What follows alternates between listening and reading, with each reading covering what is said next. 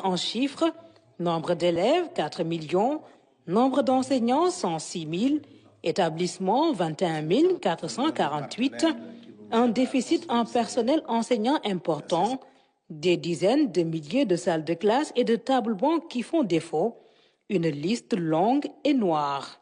Un besoin de 4 527 enseignants, 7 145 abris provisoires recensés à travers le territoire national, un déficit de 48 696 salles de classe, 2 256 écoles et établissements sans point d'eau, 7 033 écoles et établissements sans électricité.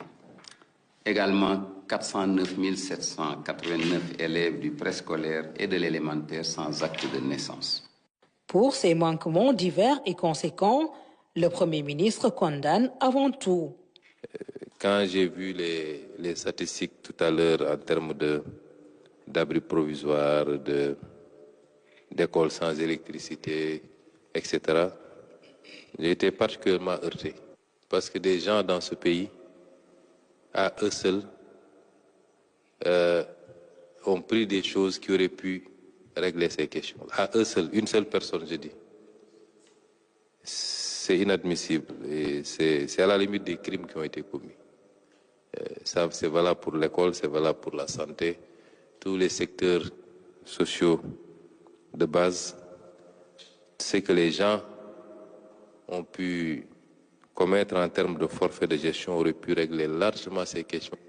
Nous travaillons à rétablir la vérité des choses, ce qui fait que le budget 2025 sera le budget de vérité. Cette année, 10 priorités guident l'année scolaire, la révision des curricula, l'expérimentation de l'enseignement de l'anglais, de nouveaux concepts centrés sur le numérique et sur l'humanisme, également la généralisation du port de l'uniforme. Et j'en profite pour vous rappeler aussi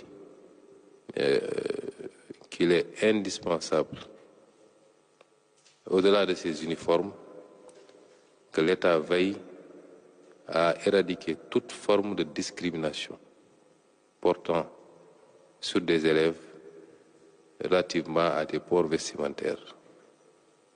Nous sommes dans un pays, comme je l'ai dit l'autre jour, où l'État a malheureusement fait montre de beaucoup de faiblesse et chacun réglemente à sa façon. Dans d'autres pays, quand il est édicté que tel port vestimentaire n'est pas autorisé, tout le monde s'y plie.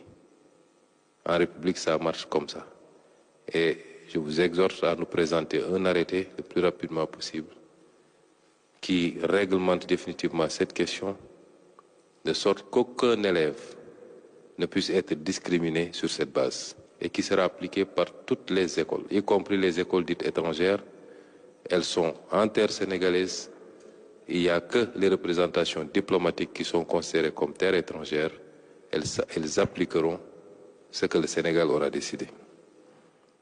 Avant le 27 septembre, le ministère de l'Éducation devra soumettre un arrêté invitant les établissements scolaires à conformer le règlement intérieur aux dispositions de la